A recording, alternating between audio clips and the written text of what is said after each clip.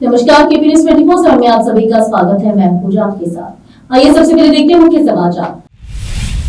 कर्नाटक राज्य पिछड़ी जाति महासंघ बीदर जिला शाखा द्वारा विश्व गुरु बसवण्णा की 892वीं जयंती का किया गया आयोजन। राज्य जिले के गांव में स्थापना समारोह के दौरान गरुड़ स्तंभ टूटा, बड़ा हादसा हुआ। मनोरंजन के लिए ताश खेलना नैतिक पता नहीं, कर्नाटक सहकारी समिति के निदेशक मामले में सुप्रीम टिप्पणी। प्री मानसून बारिश से महाराष्ट्र में हजारों एकड़ प्याज की फसल बर्बाद, किसानों को भारी नुकसान। प्रधानमंत्री नरेंद्र मोदी की अध्यक्षता में एनडीए सीएमएस की हुई बड़ी बैठक। इकोनॉमी में भारत से पीछे गया जापान, अब जर्मनी की बात।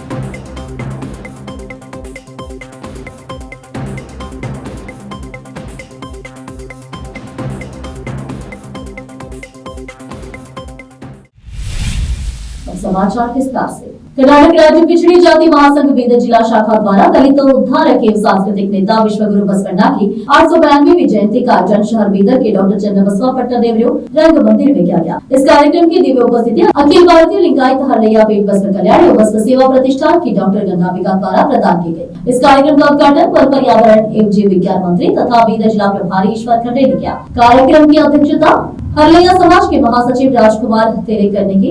इस कार्यक्रम की अतिथि व्याख्याता लेखिका डॉक्टर काव्य श्री महागावकर की थी। इस अवसर पर बीदर शहरी विकास प्राधिकरण के अध्यक्ष बसवराज शेट्टी, शाही शिक्षण संस्थान के अध्यक्ष डॉक्टर अब्दुल कदीर, गुरुनानक शिक्षण संस्थान के अध्यक्ष डॉक्टर बलबीर सिंह, संविधान संरक्षण समिति के महासचिव अनिल कुमार गंदार आदि उपस्थित थे। उसके कैमरामैन कपूराज का कवरेज। देश विदेश और स्थानीय समाचारों के लिए चैनल को लाइक शेयर और सब्सक्राइब करना ना भूलें।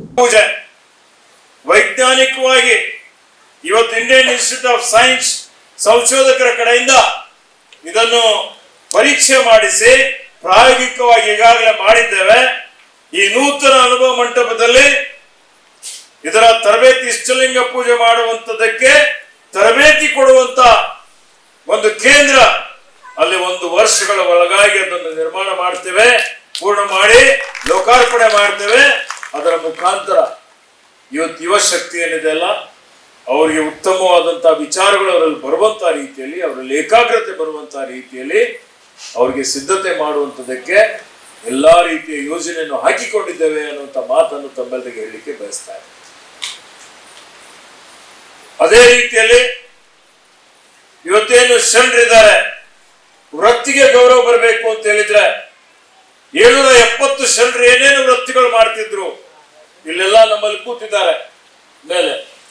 ಆ ವೃತ್ತಿಗೊಂದು ಶರಣ ಗ್ರಾಮ ಅಂದ್ರೆ ಯಾರೇ ಅಲ್ಲಿ ಹೋಗಿದ್ರೆ ಒಂದು ದಿವಸ ಶರಣ ಗ್ರಾಮದಲ್ಲಿ ಅನುಭವ ಮಂಟಪದಲ್ಲಿ ವಾಸ್ತವ್ಯ ಮಾಡಿದ್ರೆ ಆ ಶರಣರು ಏನು ವೃತ್ತಿ ಮಾಡ್ತಾ ಇದ್ರು, ಯಾವ ರೀತಿಯಲ್ಲಿ ಮಾಡ್ತಾ ಇದ್ರು ಅಂತ ಹೇಳಿ ಅವರು ಅರ್ಥ ಮಾಡಿಕೊಂಡು ಅಲ್ಲಿ ಉಳಿದುಕೊಂಡು ಆ ವೃತ್ತಿ ಅವರೂ ಮಾಡಿ ಅದರ ಮುಖಾಂತರ ಇವತ್ತು ಕಾಯಕಕ್ಕೆ ದುಡಿಯೋ ವರ್ಗಕ್ಕೆ ಒಂದು ಗೌರವ ಕೊಡುವಂತ ಕೆಲಸ ಮಾಡಬೇಕು ಅನ್ನುವಂತ ರೀತಿಯಲ್ಲಿ ಅನುಭವ ಮಂಟಪದ ಒಂದು ವಿನ್ಯಾಸ ನಾವು ಮಾಡ್ತಾ ಇದ್ದೀವಿ ಅನ್ನುವಂತ ಮಾತನ್ನು ತಮ್ಮಲ್ಲಿ ಹೇಳಿಕೆ ಬಯಸ್ತಾ ಇದ್ದೀನಿ।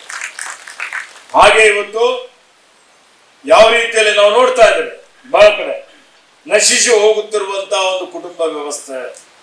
ದಿನ ಬೆಳಿಗ್ಗೆ ಇದ್ರೆ ಪತ್ರಿಕೆ ನೋಡ್ತೀವಿ, ಮಾಧ್ಯಮ ನೋಡ್ತೀವಿ, तो उनको भी सवाब मिलेगा। ये समाज, ये मिजाज होना चाहिए, हम एक दूसरे के वेलविशर होना चाहिए। बहर मुझे ये भी बताया गया था जब मैं बात हो रही थी तो तमाम समाज के लोग मिलकर काम कर रहे हैं, मुझे बड़ी खुशी हो रही थी। उस वक्त रिजल्ट का, बीदर का रिजल्ट वाला की बात हो रही थी। तो वैसे हम एक स्कीम लास्ट टाइम यहाँ पे भी बताया था, स्टूडेंट्स के वेलफेयर के लिए छोटी मोटी कोशिशें करते हैं और वो भी पिछड़े समाज के बच्चों के लिए ख़ास काम करते हैं। तो ख्याल आया कि उन्हें ये सारे लोग जमा हैं तो उनसे रिक्वेस्ट करेंगे। देखिए, आप तमाम काम जो जिसमें खर्च होता है और फजूल खर्ची होती है, वो बर्थडे होते हैं, शादियों में खर्च होता है, इस पे कंट्रोल कीजिए और जनरेशन को तालीम के लिए कंट्रीब्यूट कीजिए, तालीम से जोड़िए। ये हमारी जनरेशन को बनाना है, ये जनरेशन ही हमारी असल है, फजूल खर्ची कर रहे हैं। वैसे हम एक स्कीम अनाउंस कर रहे थे केयर्स के नाम से, लॉकडाउन के पूरी बाद CARES, community aid and response towards educational support, CARES एक स्कीम है। वहाँ पे हम बोलते हैं कॉलोनी के लोग अपनी कॉलोनी में गरीब बच्चों को ढूंढें, कॉलोनी के लोग 40% कलेक्शन करें, 50% स्कॉलरशिप हम देंगे। 200 स्टूडेंट्स को लेकर सेवा हुई। देखिए हम ही नहीं, अगर ये काम होना शुरू होगा तो हर इंस्टीट्यूशन इंडिया का ऐसे बच्चों को अपने तरफ से भी कंट्रीब्यूट करेगा। कर्नाटक ಸರ್ಕಾರದಲ್ಲಿ ಇವತ್ತು ಅಣ್ಣ ಬಸವಣ್ಣನ ವಿಶ್ವಗುರು ಸ್ಥಾನ ಕೊಟ್ಟದಲ್ಲಿ ನಾವೆಲ್ಲರೂ ವಿಶ್ವಗುರು ಅಂತ ಹೇಳ್ತೀವಿ, ಆದ್ರೆ ಸಾಂಸ್ಕೃತಿಕ ನಾಯಕ ಅಂತಕ್ಕಂಥ ಸರ್ಕಾರದ ನಿರ್ಣಯವನ್ನು ಅವತ್ತು ಒಪ್ಪಿದಾಗ ನಮ್ಗೆ ಬಹಳ ಸಂತೋಷದ ವಿಚಾರ ಆಗಿತ್ತು. ಅವತ್ತು ಯಾವ ತರ ಸಂತೋಷವನ್ನು ಹಂಚ್ಕೊಳ್ಬೇಕಂತಕ್ಕಂಥದ್ದು ವಿಚಾರ ಮಾಡಿ ನಾವೆಲ್ಲ ಸೋಷಿಯಲ್ ಸಮುದಾಯಗಳ ಒಟ್ಟಿಗೆ ಸೇರ್ಕೊಂಡು ಸುಮಾರು 5 kg ನಾವೇನದಂದ್ರೆ ಬೇಡ ತಂದು ಒಬ್ರಿಗೊಬ್ರು ಹಂಚ್ಕೊಂಡಿರ್ತಕ್ಕಂಥದ್ದು ನಾನಿಲ್ಲಿ ಘಂಟಾಘೋಷವಾಗಿ ಹೇಳ್ತಕ್ಕಂಥ ಪ್ರಯತ್ನವನ್ನು ಮಾಡ್ತಾ ಇದ್ದೀನಿ ಇವತ್ತಿನ ತಾರೀಕು. ಯಾಕಂದ್ರೆ ಅಣ್ಣ ಬಸವಣ್ಣ ಸಾಮಾನ್ಯವಾದಂಥ ವ್ಯಕ್ತಿತ್ವ ಅಲ್ಲ ಅದು. ಅಣ್ಣ ಬಸವಣ್ಣ ಯಾರಿಗಾರು ಎತ್ತಿದ್ದಾರೆ ಅಂದ್ರೆ ಮಾದರ ಚೆನ್ನನ ಮಗ ನಾನು ಅಂತಕ್ಕಂಥ ಮಾತನ್ನು ಹೇಳಿರ್ತಕ್ಕಂಥದ್ದು. ಇವತ್ತಿಗೂ ನಾವು ಯಾರಾದ್ರೂ ಗುರುತಿಸ್ಕೋಬೇಕಾದ್ರೆ ನಾವೇನಿರ್ತೇವೆ, ಯಾವ ಜಾತಿ ಕೇಳಿ ಗುರುತಿಸ್ಕೋತೀವಿ ಇವತ್ತಿನ ತಾರೀಕು ನಾವು. ಆದ್ರೆ ಅಣ್ಣ ಬಸವಣ್ಣ ಅವತ್ತು ನ್ಯಾಯವನ್ನು ಪಟ್ಟಿರ್ತಕ್ಕಂಥ ಅಣ್ಣ ಬಸವಣ್ಣ. ಅದೇ ತರ ನಮ್ಮ ಸೋಷಿಯಲ್ ಸಮುದಾಯಗಳ ಹಿಂದೂ ಜಾತಿಗಳು ನಾವು ಅಣ್ಣ ಬಸವಣ್ಣನ ಆ ಪರಿಕಲ್ಪನೆಯನ್ನು ನಾವು ವಿಚಾರ ಮಾಡಬೇಕು ಅಥವಾ ಅದನ್ನು ತಿಳುವಳಿಕೆ ಮೂಡಿಸ್ಕೋಬೇಕು. ಯಾಕಂದ್ರೆ ನಾವು ಸರ್ವಿಸ್ ಬಂದಿರತಕ್ಕಂಥವ್ರಾಗ್ಲಿ ಅಥವಾ ಎಜುಕೇಟೆಡ್ ಜನ ಆಗ್ಲಿ ನಾವೇನು ಮಾಡ್ತಾ ಇದ್ದೇವೆ ಅಂದ್ರೆ ಅಣ್ಣನ ಇತಿಹಾಸವನ್ನು ನಾವು ತೆಗೆದು ನೋಡ್ತಾ ಇಲ್ಲ. ಯಾವತ್ತು ನಮ್ಮ ಜನರು ಕೆಳಗಿರ್ತಕ್ಕಂಥ ಜನರು ಅಥವಾ ಸೋಷಿಯಲ್ ಸಮುದಾಯಗಳು ಸೇರಿರ್ತಕ್ಕಂಥ ಜನರು ಇತಿಹಾಸವನ್ನ ಕಾಣ್ತಾ ಇಲ್ಲ. ಯಾಕೆ ಕಾಣ್ತಾ ಇಲ್ಲ ಅಂದ್ರೆ ನಮ್ಗೆ ಅನ್ನ ಸಿಕ್ಕದ, ರಿಸರ್ವೇಶನ್ ಸಿಕ್ಕದ, ಹೊಟ್ಟೆ ತುಂಬ ಊಟ ಸಿಗ್ಲತ್ತದ, ನಾವು ನಮ್ಮ ಕೆಲಸವನ್ನು ನಾವು ಮಾಡ್ಕೊಂಡು ಹಾಲಿಡೇ 2 ದಿನ 3 ದಿನ ಬಂದ್ರೆ ಹತ್ತಿರದ ಹೈದರಾಬಾದ್ ಅದ, ಬಹಳ ಅದ್ರ ಗೋವಾ ಇದೆ, ಮತ್ತೊಂದಿದೆ ಅಂತಕ್ಕಂಥದ್ದು ನಾವು ನೋಡ್ತಾ ಇದ್ದೀವಿ. ಆದ್ರೆ ಇವತ್ತು ಭಾರತ ದೇಶದಲ್ಲಿ ಪ್ರಜಾಪ್ರಭುತ್ವ ಬಹಳ ಗಂಡಾಂತರದಲ್ಲಿದೆ. ಇದು ಭಾರತ ದೇಶದಲ್ಲಿ ಜಗತ್ತಿನಲ್ಲಿ ಜೀವಕಣ ಹುಟ್ಟಿತು ಹೇಗೆ ಅಂತ ವಿಜ್ಞಾನಿಗಳು ಭಯಂಕರ ಇನ್ವೆನ್ಷನ್, ಅವ್ರ ಎಕ್ಸ್ಪರಿಮೆಂಟ್ ಮೇಲೆ ಎಕ್ಸ್ಪರಿಮೆಂಟ್ ಮಾಡಿ ಕೊನೆಗೆ ಒಂದು ನಿರ್ಧಾರಕ್ಕೆ ಬಂದರು. ಜೀವಕಣ ಹುಟ್ಟಿದ್ದು ಹಿಗ್ಸ್ ಬೋಸಾನ್ನಿಂದ ಅಂತ. ಅದು ಒಂದು ಕಣ. ಆ ಕಣ ಈ ಪಂಚೇಂದ್ರಿಯ ಪಂಚಭೂತಗಳಿಂದನೇ ಬಂದಂಥ ಕಣ, ಅದರಿಂದನೇ ಮನುಷ್ಯ ಹುಟ್ಟಿದಾನೆ ಅಂತ ಅವರು ಇವತ್ತು 20-21ನೇ ಶತಮಾನದಲ್ಲಿ ಕಂಡುಹಿಡಿದು ಅದೇ ವಿಜ್ಞಾನಿಯ ಹೆಸರನ್ನು ಹಿಗ್ಸ್ ಬೋಸಾನ್ ಅಂತ ಹೇಳಿ ಕೊಟ್ಟರು ಅದಕ್ಕೆ. ಆದರೆ ಶರಣರು ಅವತ್ತೇ ಕಂಡುಹಿಡಿದ್ರು ಲೌಕಿಕ ಅಲೌಕಿಕ, ಲಿಂಗ ಮಹಾಲಿಂಗ, ಪಿಂಡಾಂಡ ಬ್ರಹ್ಮಾಂಡ. ಇದರದ ಆಳಕ್ಕೆ ನಾನು ಹೋಗೋದಿಲ್ಲ. ಅಂದರೆ ಈ ಜೀವ ಜಗತ್ತು ಆರಂಭವಾಗಿದ್ದೇ ಈ ಪಂಚಭೂತಗಳಿಂದ ಅನ್ನೋದನ್ನ 12ನೇ ಶತಮಾನದಲ್ಲೇ ಕಂಡುಹಿಡಿದ್ರು. ಅವರು ಯಾವ ಥರದ ಎಕ್ಸ್ಪರಿಮೆಂಟ್ ಮಾಡಿರಬೇಕು ಅದನ್ನು ನಾವು ಆಲೋಚನೆ ಮಾಡಬೇಕು. ಜೀವನಾನುಭವ, ಜೀವನದಲ್ಲಿ ಆಳಕ್ಕೆ ಹೋಗುವ ಒಂದು ಅನುಭವ ಇದೆಯಲ್ಲ, ಅದು ಶರಣರಲ್ಲಿತ್ತು. ಒಬ್ಬ ಪಾಶ್ಚಾತ್ಯ ಲೇಖಕ ಹೇಳ್ತಾನೆ, reality is sometimes stranger than fiction ಅಂತ. ವಾಸ್ತವ ಬದುಕು ನಮಗೆ ಒಂದೊಂದ್ಸಲ ಬಹಳ ವಿಚಿತ್ರವಾಗಿ ಕಾಣುತ್ತೆ, ಅದು ಒಂದು ರೀತಿಯ ಕಟ್ಟುಕತೆ ಹಾಗೆ ಕಾಣುತ್ತೆ ಅಂತ ನಮಗೆ ಈ ಪಾಶ್ಚಾತ್ಯ ಲೇಖಕ ಹೇಳ್ತಾನೆ. ಈ ಶರಣರ ಬದುಕನ್ನು ನೋಡಿದಾಗ ನಮಗೆ ಹಾಗೆ ಅನಿಸುತ್ತೆ, ಇವರು ಹೀಗೆಲ್ಲ ಬದುಕಲಿಕ್ಕೆ ಸಾಧ್ಯ ಆಯ್ತಾ? ಅದು ಸುಮಾರು ಒಂದು 3.5 ದಶಕಗಳ ಹೋರಾಟ ಇರಬಹುದು. ಅಂಥದ್ರಲ್ಲಿ ಲಕ್ಷದ ಮೇಲೆ 96,000 ಭಕ್ತರು. रायचूर जिले के बिजनगरा गांव में स्थापना समारोह के दौरान गरुड़ स्तंभ टूटने की घटना हुई। नवनिर्मित श्री आंजनेय स्वामी मंदिर में 23 मई से 25 मई तक धार्मिक कार्यक्रम आयोजित किए गए।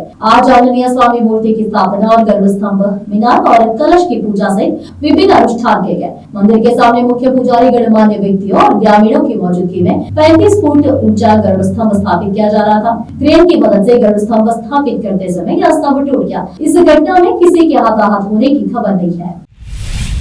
सुप्रीम कोर्ट ने कर्नाटक सहकारी समिति के निर्देशक के चुनाव मामले में अहम टिप्पणी की। कोर्ट ने कहा कि सट्टेबाजी और जुए के बिना मनोरंजन के लिए ताश खेलना नैतिक पतन नहीं है। सुप्रीम कोर्ट ने जुआ खेलते पकड़े जाने पर सहकारी समिति के निर्देशक पद से हटाए गए युवक को बहाल करने को आदेश दिया।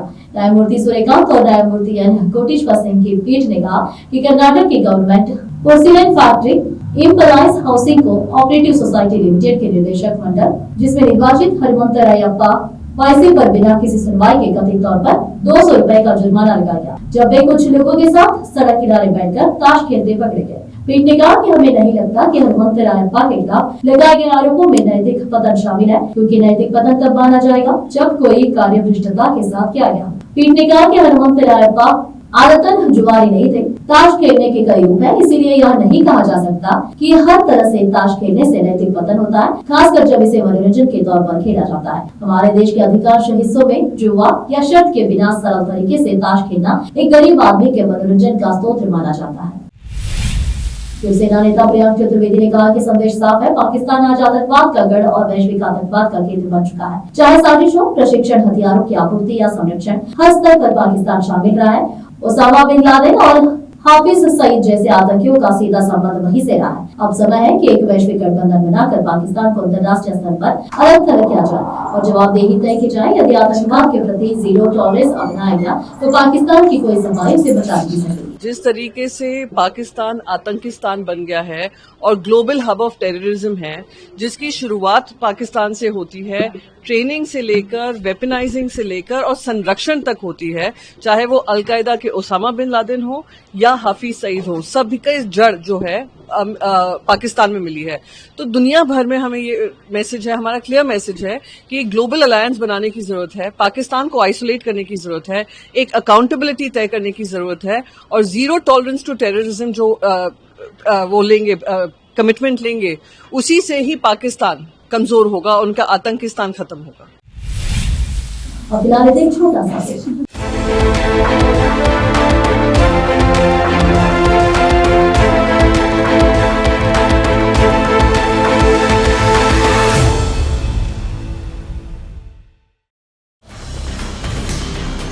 हिंदुस्तान के हर कोने में हम हैं मौजूद।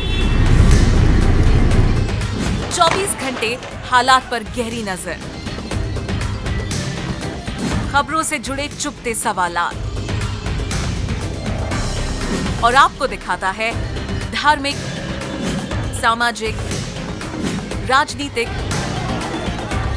लोकल और इंटरनेशनल न्यूज की सबसे बेहतर कवरेज, जो आपको रखती है हर पल बाखबर। देश और दुनिया भर की खबर के लिए देखते रहें केपी न्यूज 24/7।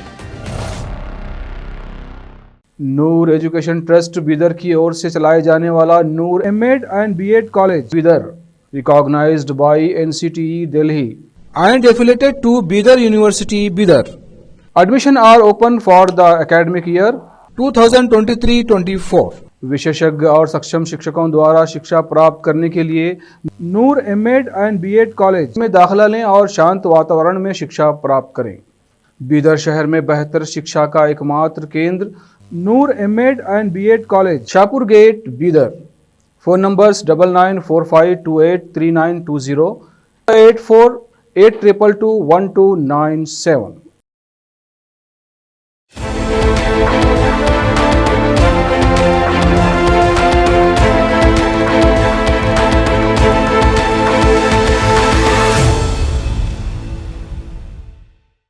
ब्रेक के बाद आप सभी का स्वागत है। आइए देखते हैं देश के समाचार। महाराष्ट्र में प्री मानसून बारिश ने प्याज किसानों की मुसीबत बढ़ा दी है। बारिश के चलते प्याज उत्पादक 8 राज्यों में हजारों एकड़ फसल बर्बाद हो गई, जिसके चलते किसानों को भारी नुकसान का सामना करना पड़ा। महाराष्ट्र राज्य प्याज उत्पादक किसान संघ के संस्थापक अध्यक्ष भारत दिगोज ने बताया कि बारिश के कारण हजारों एकड़ में प्याज की फसल बर्बाद हो गई है। बारिश जारी है, ऐसे में नुकसान का आकलन नहीं हो सका है। उन्होंने कहा कि धुले, नासिक, अहिल्यानगर, छत्रपति संभाजीनगर, पुणे, सोलापुर, बीड, धाराशिव, अकोला, जालना, बुलढाना और जलगांव जैसे प्याज उत्पादकों जिलों में बेमौसम बारिश हुई है। प्याज की कीमतें पहले से ही नीचे थी और बेमौसम बारिश के कारण और गिर गई है। उन्होंने कहा कि लासलगांव बाजार में 20 मई तक औसत कीमत 1150 रुपए प्रति क्विंटल थी। उन्होंने कहा कि प्याज उत्पादक किसान रबी सीजन के लिए 1 साल पहले से तैयारी शुरू कर देते हैं।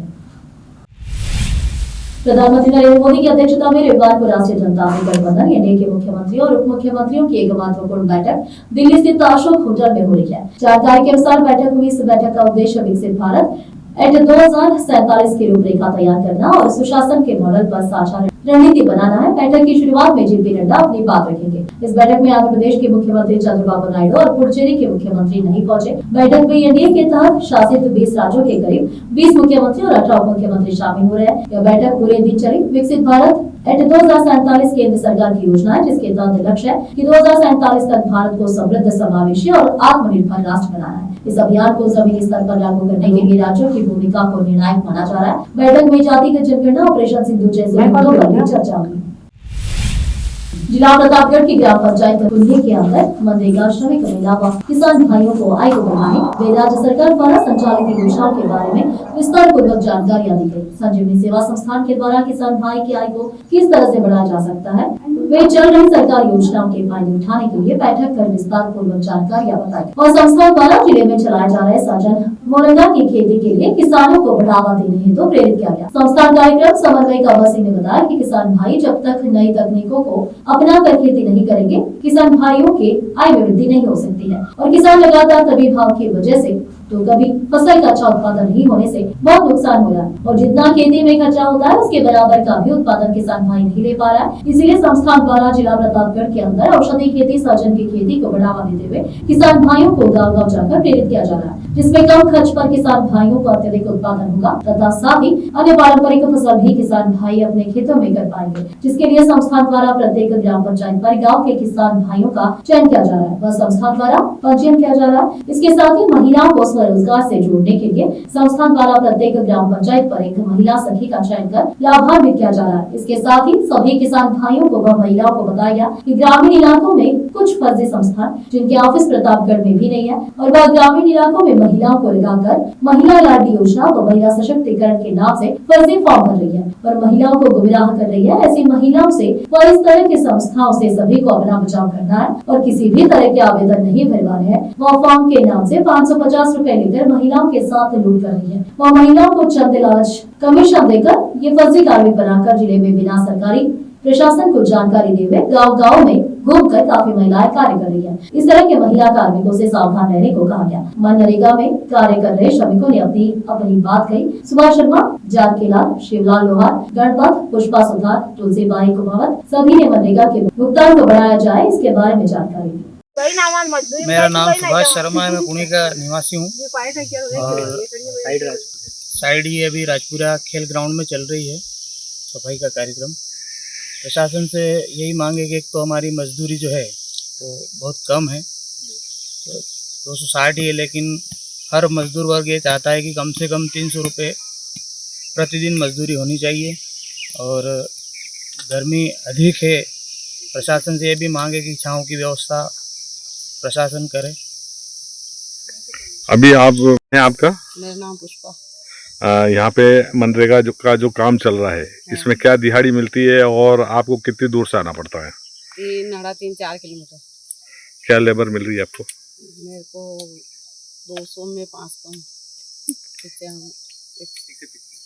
क्या ये पर्याप्त है आपके लिए? नहीं, कम पड़ रहा है। कम नहीं, ये तो 250, 300 तक तो होना चाहिए। नहीं, श्रम विभाग में तो 200। केरल के त्रिशूर में एक चौथी हुई ट्रेन के ऊपर पेड़ गिर गया, लेकिन राहत की बात यह रही कि इसमें एक बड़ा हादसा होते होते रह गया। यह घटना केरल के त्रिशूर में चिरतुरुरी कलामंडलम क्षेत्र के पास रेलवे पुल के नीचे हुई है। बता दें कि इसके बाद ट्रेन को रोक दिया गया है और ट्रेन के ऊपर गिरे पेड़ को हटाया जा रहा है। घटना के वीडियो में देखा जा सकता है कि ट्रेन बिल्कुल पेड़ पौधों से भरी हुई जगह से गुजर रही है और ऐसे में ट्रेन पर पेड़ गिरने का खतरा हो सकता है। ट्रेन के आसपास पेड़ों के अलावा और कुछ नजर नहीं आ रहा है। हालांकि राहत की बात यह रही है कि इसमें किसी तरह की हानि नहीं हुई है और सब पूरी तरह से सुरक्षित है। फिलहाल देखो छोटा सा break. Noor education trust Bidar की ओर से चलाए जाने वाला Noor MEd and BEd college Bidar, recognised by NCTE Delhi and affiliated to Bidar university Bidar. Admission are open for the academic year 2023-24। विशेषज्ञ और सक्षम शिक्षकों द्वारा शिक्षा प्राप्त करने के लिए नूर एमएड एंड बीएड कॉलेज में दाखिला लें और शांत वातावरण में शिक्षा प्राप्त करें। बीदर शहर में बेहतर शिक्षा का एकमात्र केंद्र Noor MEd and BEd college, Shahpur gate, Bidar. Phone numbers 9945283920, 8482221297। के बाद आप सभी का स्वागत है। आइए देखते हैं देश के अन्य समाचार। भारत आधिकारिक तौर पर जापान को पछाड़कर दुनिया की चौथी सबसे बड़ी अर्थव्यवस्था बन गया है। एनआईटीआई आयोग के सीईओ बीवीआर सुब्रमण्यम ने इंटरनेशनल माइनॉरिटी फंड IMF के आंकड़ों के हवाले से शनिवार 25 मई को यह बात कही। सुब्रमण्यम ने कहा कि केवल अमेरिका, चीन और जर्मनी ही है जो भारत से बड़े हैं और जो योजना बनाई गई है और जो सोचा जा रहा है, अगर उस पर हम कायम रहे तो 2.53 सालों में हम तीसरी सबसे बड़ी अर्थव्यवस्था होंगे। IMF का आंकड़ा दिखा रहा है कि भारत जल्द ही जर्मनी को भी पीछे छोड़कर अर्थव्यवस्था के आकार जीपीडी की तुलना करके मामले में दुनिया में तीसरे नंबर पर पहुंच जाएगा। अप्रैल में छपी IMF की वर्ल्ड इकोनॉमिक आउटलुक की लेटेस्ट रिपोर्ट के अनुसार वित्त वर्ष 2026 के लिए भारत के नॉमिनल GDP लगभग 4,187.017 बिलियन अमेरिकी डॉलर तक पहुंचने की उम्मीद है। यह जापान के संभावित GDP से थोड़ा अधिक है, जिसका अनुमान 4,186.431 बिलियन अमेरिकी डॉलर है। ऑपरेशन सिंदूर पर दुनिया के देशों को भारत का रुख बताने के लिए भारत की ओर से 7 प्रतिनिधिमंडल अलग अलग देश गए हैं। इसी कड़ी में वैजयंत पांडा के नेतृत्व में ऑल पार्टी डेलीगेशन बहरीन पहुंचा है। यहाँ सभी ने पाकिस्तान के खिलाफ भारत के रुख को साफ किया है। इसी ग्रुप में असदुद्दीन ओवैसी भी शामिल है। ये डेलीगेशन बहरीन के बाद सऊदी अरब, कुवैत और अल्जीरिया जाएगा और ऑपरेशन सिंदूर पर भारत का पक्ष रखेगा। असद ओवैसी ने इस अवसर पर बात की। They have used religion to justify killing of people. Islam has condemned terrorism. Quran has categorically stated that killing of one innocent person, the Quran has not said killing of one innocent Muslim, it said killing of one innocent person is like killing of whole humankind.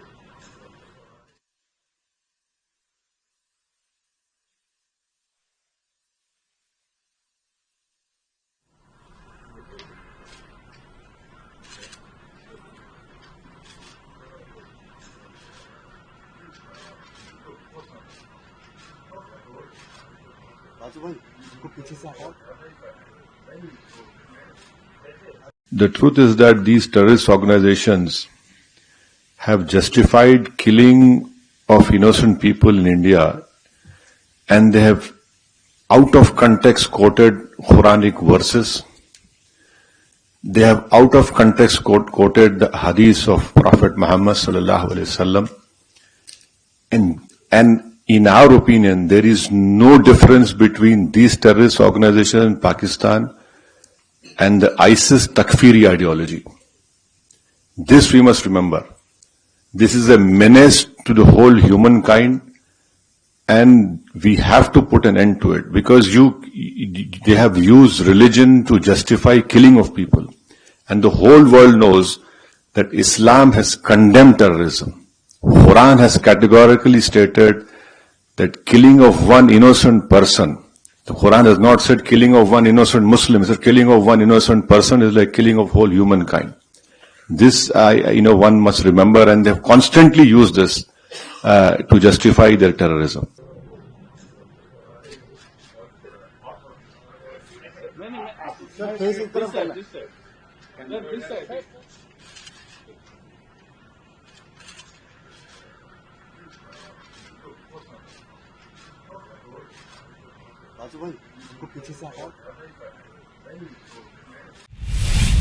केंद्रीय युवा मामले में खेल मंत्री doctor Mansukh Mandaviya ने पत्रकारों के साथ fit India Sunday on cycle अभियान में हिस्सा लिया। केंद्रीय मंत्री मनसुख मांडविया ने कहा, मैं 12 साल पहले सांसद आया था और नियमित रूप से साइकिल से आता था। अब जब प्रधानमंत्री मोदी ने विकसित भारत का विजन सामने रखा है, तो समृद्ध राष्ट्र के इस विजन को साकार करने के लिए नागरिकों का स्वस्थ रहना जरूरी है। इसलिए साइकिल चलाना व्यायाम और फिटनेस का एक जुनून बनाना चाहिए। भले ही यह समाज के लिए एक पैशन हो, हमें इसे उसी तरह लेना चाहिए।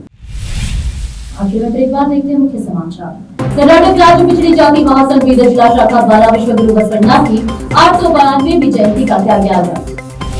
राज्य जिले के गांव में स्थापना समारोह के दौरान गरुड़ का मुद्दा बड़ा हादसा हुआ।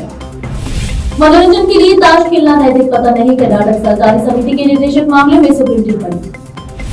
प्री मानसून बारिश से महाराष्ट्र में हजारों एकड़ प्याज की फसल बर्बाद, किसानों को भारी नुकसान। प्रधानमंत्री नरेंद्र मोदी की अध्यक्षता में एनडीए सीएमएस की हुई बड़ी बैठक। इकोनॉमी में भारत से पीछे गया जापान, अब जर्मनी की बात।